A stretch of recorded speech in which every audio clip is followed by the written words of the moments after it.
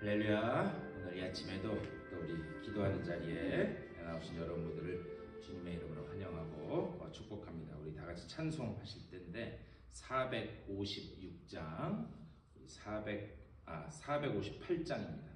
옛날 찬송가는 513장 너희 마음에 슬픔이 가득할 때, 새 찬송가는 458장, 우리 옛날 찬송가는 513장입니다. 다 같이 너희 마음에 슬픔이 가득할 때 하겠습니다.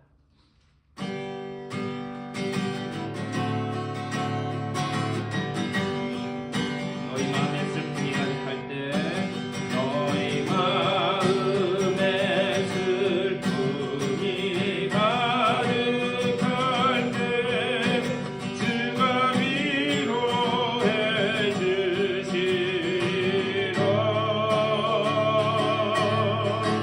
아침에 지린다는 마음으로 너 십자가 지고 가라. 참 기쁜 마음으로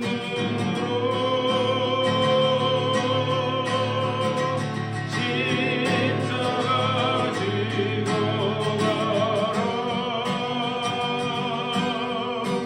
내가 기쁘게 십자가 지고 가면 슬픈 마음이 위로받네. 때를 따라서 주시는 은혜로서 가란 심령의 힘을 얻고 주가 언약한 말씀을 기억하고 너 십자가 지고 가라. 참 기쁜 마음으로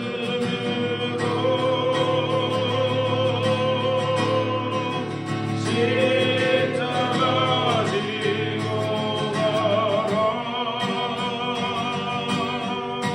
내가 기쁘게 십자가 지고 가면 슬픈 마음이 위로받네. 내가 맡은 일 성실히 해갈 때에 주님 앞에서 상 받으리. 주가 베푸시는 은혜를 감사하며 너 십자가 지고 가라.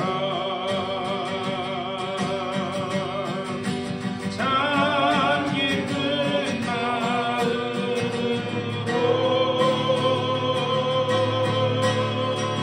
십자가 지고 가라. 내가 기쁘게 십자가 지고 가면 슬픈 마음이 위로받네. 우리 그대로 다 같이 한 목소리로 기도하며 나가세. 받을 은혜를 사모하는 마음 가지고 또 오늘 이 새벽에도 주님께서 부어주실 그 은혜를 주님 구합니다. 그 은혜로 충만하게 채워주시옵소서. 다시 기도하며 나가겠습니다. 주님의 주신 사랑과 은혜를 감사드립니다. 아버지, 오늘 이 아침에도 저희들을 불러주셔서 아버지와 주님 앞에 나와 기도하며 또 이 하루를 시작하고 이 하루를 마무리할 한 주를 마무리하게 하시니 감사드립니다. 아버지와 우리 기도의 자리 가운데 성령으로 임재하여 주시고 하나님께서 반드시 우리의 기도의 시간 되게 하시고 아버지의 이 자리를 통하여 주님의 뜻을 깨달아 순종하며 나아가는 우리가 모두가 이루어질 수 있도록 하여 주시옵소서. 주님의 은혜로 오더니 그러면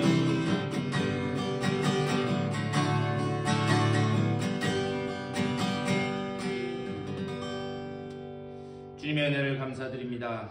하루를 시작하는 이 시간, 또 한 주를 마무리하는 이 토요일 아침에 우리들 주의 전으로 불러주시고 또 기도하며 또 하루를 시작하고 한 주를 마무리하게 하시니 감사를 드립니다. 우리가 드리는 이 예배의 자리 가운데 주여 성령으로 임재하여 주시고 아버지, 이 새벽에 우리가 기도할 때에 온전히 막혔던 문제들이 열려지는 귀한 역사가 나타날 수 있도록 주여 복 내려 주시옵소서. 특별히 예비하신 은혜로 충만하게 채우사 그 은혜 가운데서 주님의 뜻을 깨달아 그 뜻을 붙들고 순종하며 나아가는 복된 시간으로 삼아 주시옵소서. 감사드리 주 예수 그리스도의 이름으로 간절히 기도드리옵나이다. 아멘. 우리 하나님의 말씀 보시겠습니다.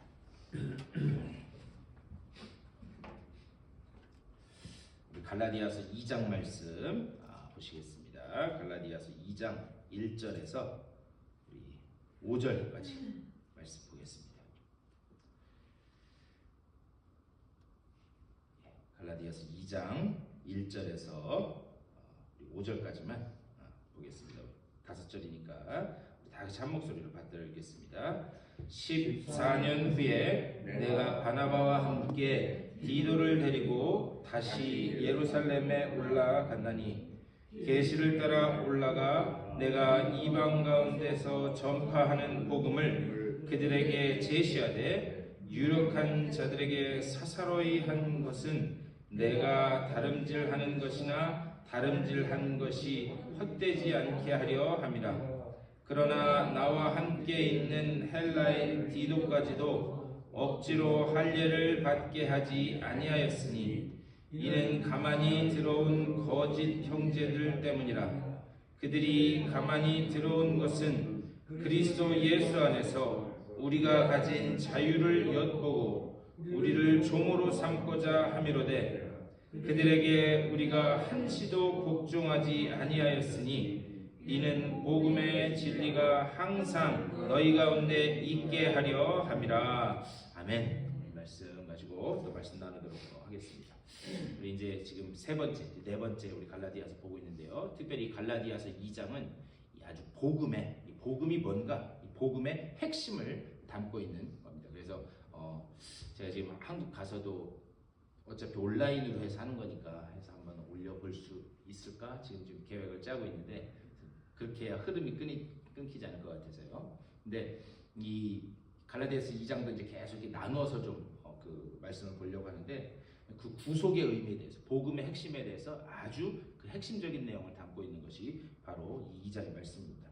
과연 어떤 내용을 말씀하고 있는가? 1절에서 이렇게 말씀해요. 14년 후에 내가 바나바와 함께 디도를 데리고 다시 예루살렘에 올라갔나니, 이렇게 말씀해요. 일평생 동안 사도 바울은 4번 정도 예루살렘에 방문한 것으로 보입니다.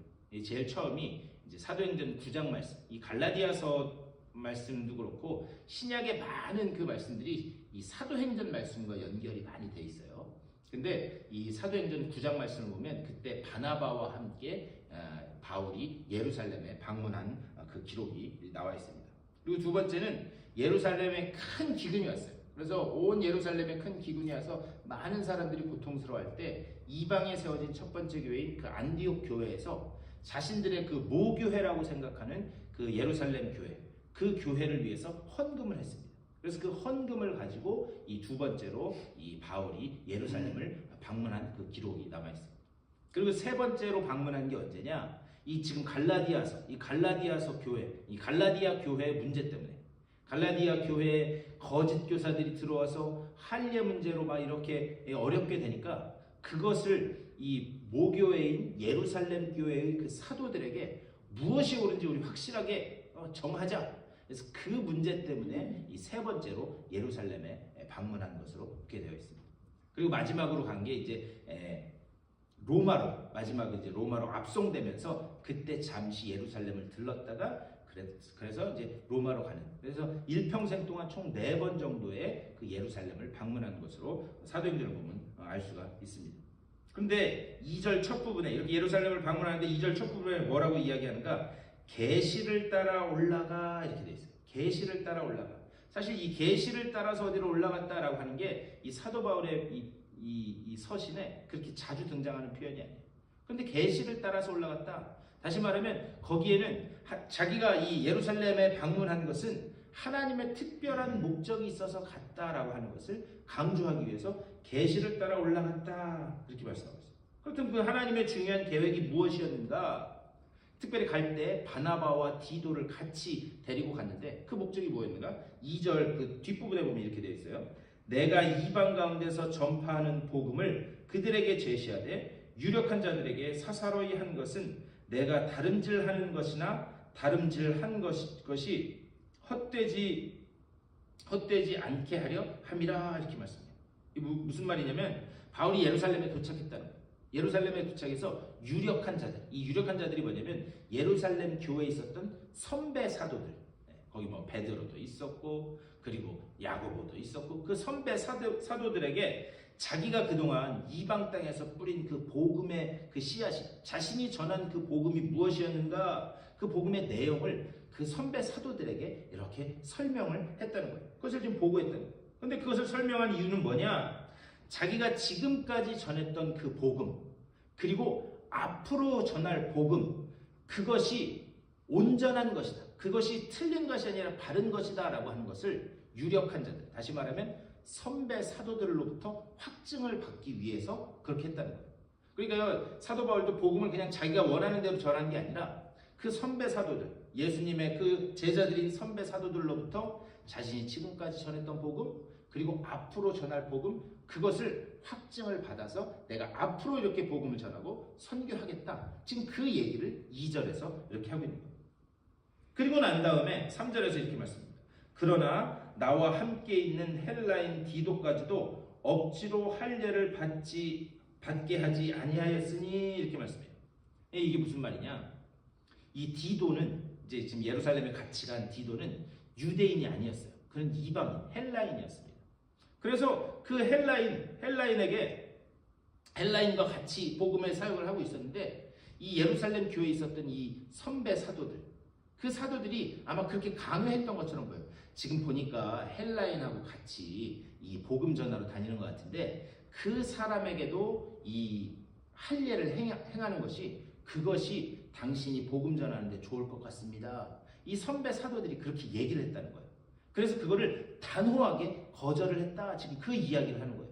그렇다면 그것을 왜 단호하게 거절을 했는가? 이 사도행전 계속 이제 그 9장 이후에 보면은요, 이 사도 바울이 디도와 같이 동역하면서 디도에게 무엇을 부탁했냐면 그레데라고 하는 섬이 있었어요. 그레데라고 하는 섬.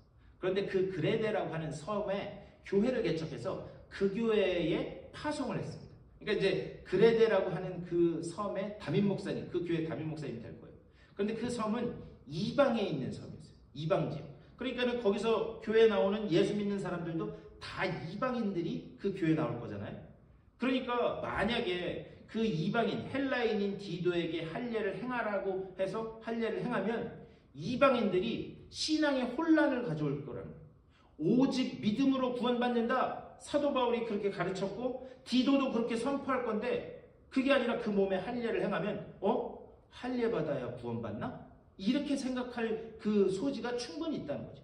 그래서 사도 바울은 선배 사도들이 저 디도에게도 할례를 행하십시오 라고 했을 때 그것을 단호하게 거절했다라는 그 이야기를 지금 3절에서 이렇게 말씀하고 있는 거예요.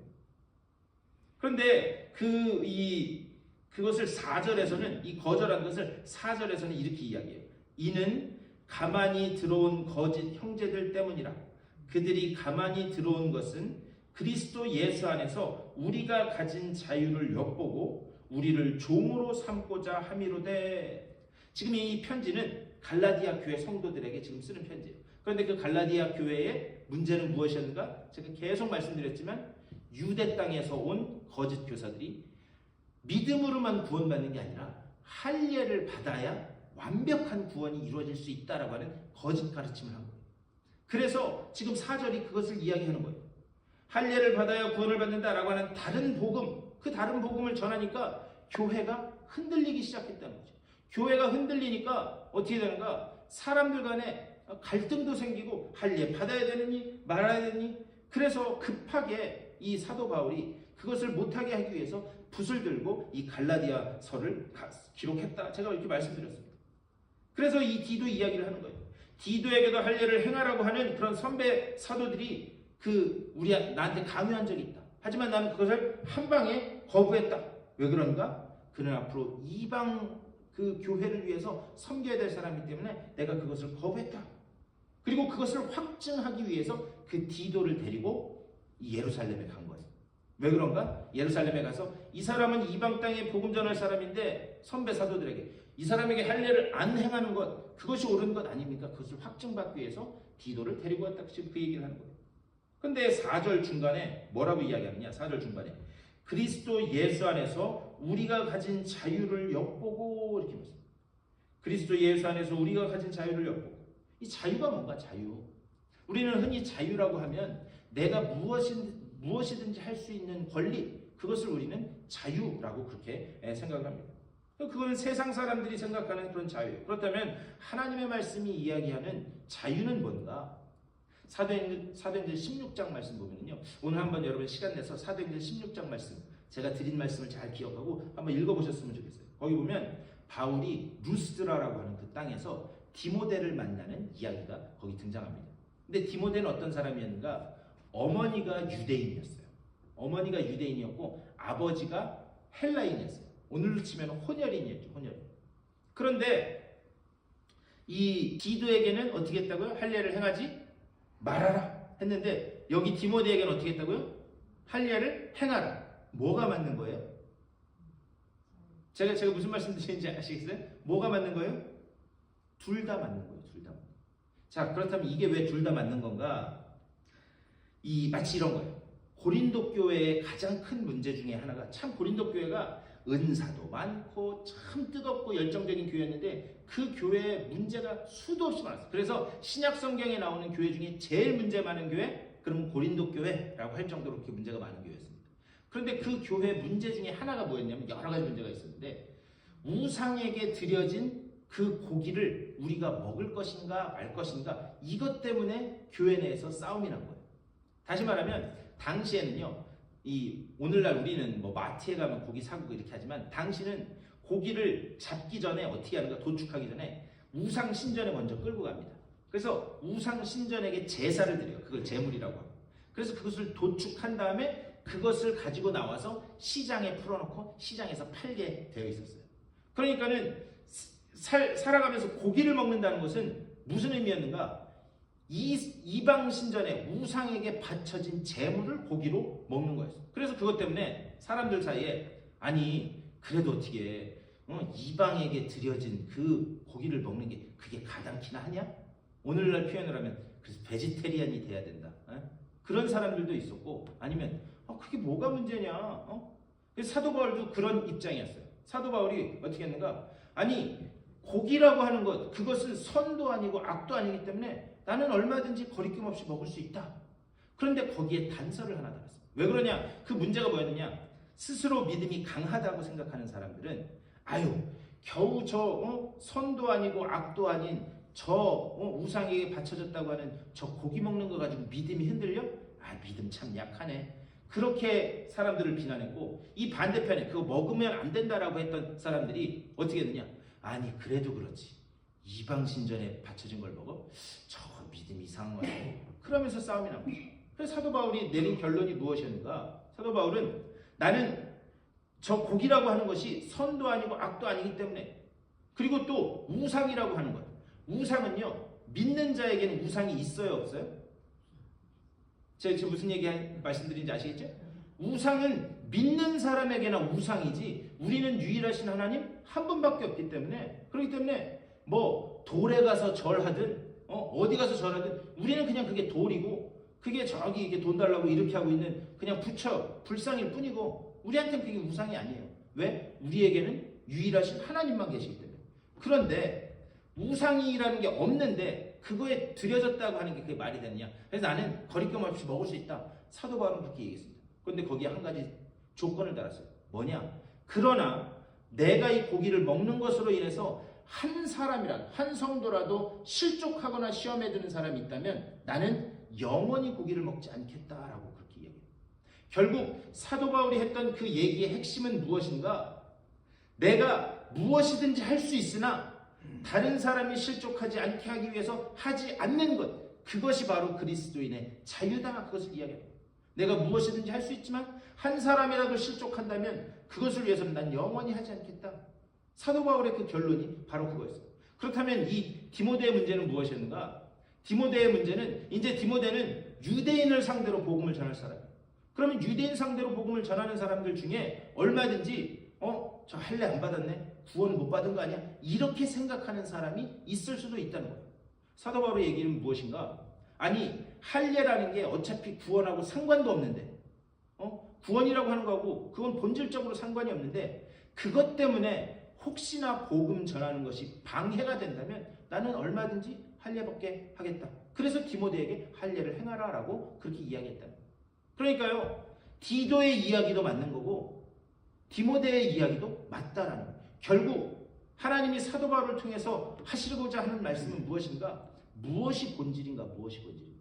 우리는요, 비본질적인 것에 본질적인 것은 내비두고 비본질적인 것에 흥분하고 막 이렇게 하는 경우를 우리 많이 봅니다.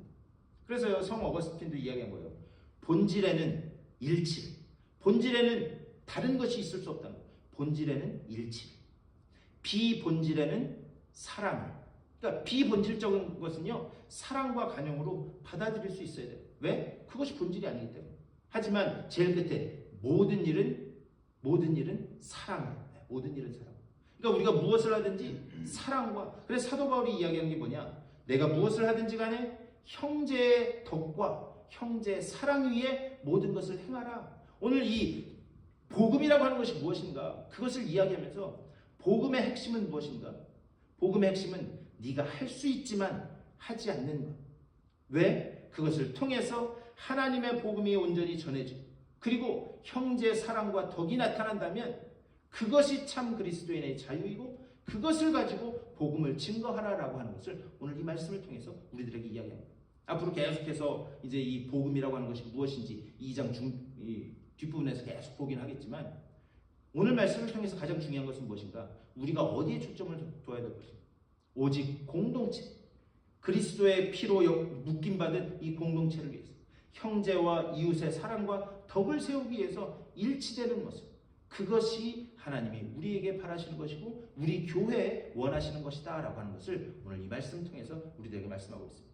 오늘 이 말씀을 생각하면서 기도하실 때 하나님, 우리 온 성도들이 비록 많은 숫자는 아니지만 적은 무리일지라도 우리가 그리스도 안에서 형제의 덕을 세우고 형제를 사랑하며 그 사랑과 덕을 외부에 전할 수 있는 그런 복된 공동체 될 수 있도록 인도하여 주시옵소서. 오늘도 이렇게 기도하시면서 또 나아가실 수 있게 되기를 주님의 이름으로 간절히 축원합니다. 우리 다 같이 기도하겠습니다. 오늘 말씀을 생각하면서 우리 또 교회를 위해서 또 우리 아픈 분들과 여러분들의 개인적인 기도의 제목들을 놓고 우리 다 같이 기도하며 나아갔습니다. 다 같이 한 목소리로 기도하겠습니다. 주님의 크신 사랑과 은혜를 감사드립니다. 아버지, 오늘 이 아침에도 주님의 복된 말씀을 나누게 하시니 감사를 드립니다. 아버지, 정말 모든 것에 있어서 형제의 덕과 사랑을 기초로 우리가 한마음 한뜻을 이루게 하여 주시옵소서. 우리 아버지여, 우리 교회가 아버지 정말 내 자신부터가 하나님의 그 뜻이 무엇인지 아버지 정말 우리가 피로 하나로 묶임받고 아버지 정말 그 안에서